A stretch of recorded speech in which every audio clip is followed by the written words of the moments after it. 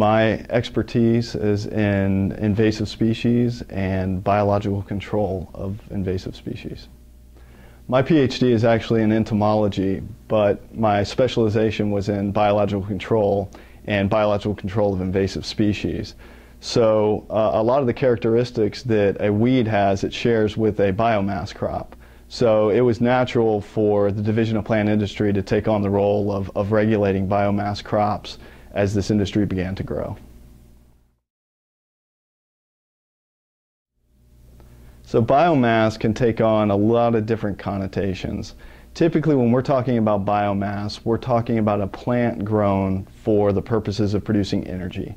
And that can take on, that could be several different types of biofuel. Ethanol is one, a biodiesel's one. There are others out there, but for the most part, those are the two categories that biomass in Florida falls under. And then as far as ethanol goes, everybody's put all their hopes into cellulosic ethanol. And cellulosic ethanol is ethanol that can be produced from just about any green waste out there. It could be woody plant material from pines or eucalyptus. It could be grass clippings. It can be algae. It could be roadside weeds. It can be anything. And that's really where we need to go eventually if we're going to really have the biomass plants set up strategically in enough locations to make it a profitable venture. So my interest in biomass really developed as the industry developed. It's another component of agriculture, and it's one of those that's new and yet still needs to be regulated. So I got really interested when we started developing a rule in the statutes to actually regulate the plants themselves. So it's of a lot of interest to me, and it's continuing to grow.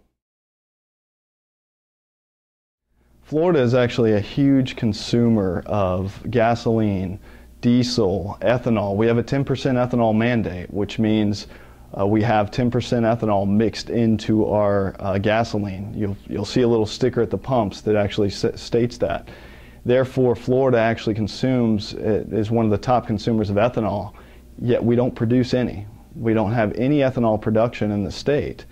The biggest challenge, I think, is taking this huge agriculture industry we have and getting enough buy-in from the growers and the people that are actually going to have to put money forward to begin growing these biomass crops, especially since we don't actually have any ethanol plants built yet. It's hard for anybody to really want to jump into something like this when the end product, the biomass, the ethanol plant itself, hasn't even been built.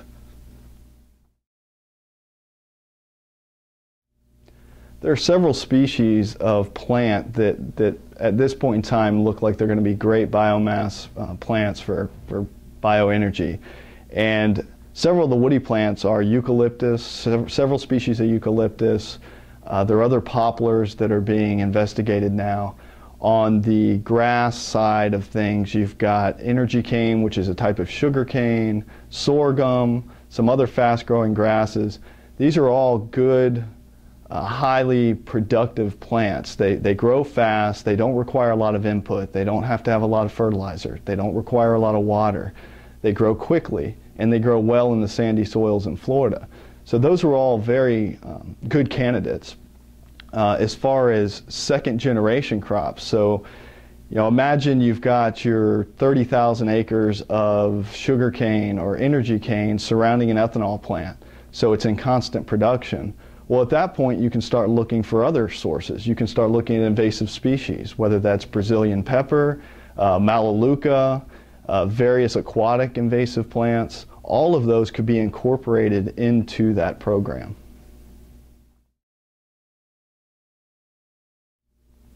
The crops we try and avoid are any of those on a noxious weed list, whether that's a state noxious weed list or the federal noxious weed list.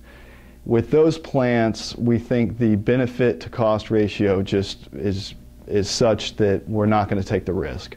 It's on the noxious weed list for a reason. It's just too invasive to contain, and even with safeguarding measures, it's just too much of a risk. So we try and avoid any of the noxious weeds. Regulating biomass is extremely important because the plants that are typically grown for biomass production share a lot of common characteristics with weeds. They grow fast, they don't require a lot of water or a lot of fertilizer, so we need to get with our partners at UF-IFAS in the Weed Assessment Group and examine a new species that's being brought into Florida for production and decide whether it's going to be invasive or not. If it's only going to be slightly invasive, then we can permit it and we can just develop safeguarding measures to keep that plant contained within the permitted area. If in consultation with IFAS it comes back that this is a very invasive plant, then we probably won't permit it. So looking at each of these plants as it comes in and deciding whether it's going to be invasive or not is extremely important. A very important program in the biomass world at the national level is the 25 by 25 program. And the idea behind that is by 2025, 25% of our energy production in the United States will come from renewable sources. Now, our Commissioner of Agriculture, Adam Putnam, actually sits on the board for that group. And his predecessor, Charles Bronson, did as well. And what Charles Bronson did is took what he saw in the 25 by 25 program and applied it to Florida. And that evolved into the Farm to Fuel program in Florida.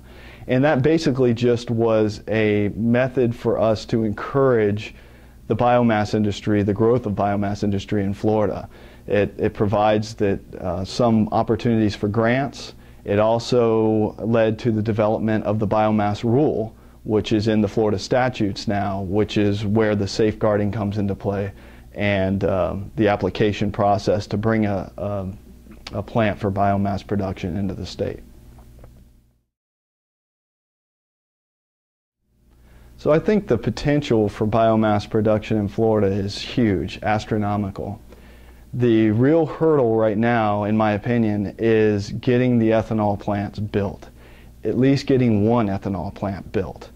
If we can show, if the industry can show, and landowners can show that they can grow the crop, get it to the plant, produce the ethanol for a profit, and show the rest of the state and the country that it'll work, I think we can get a lot more buy-in from growers and industry alike.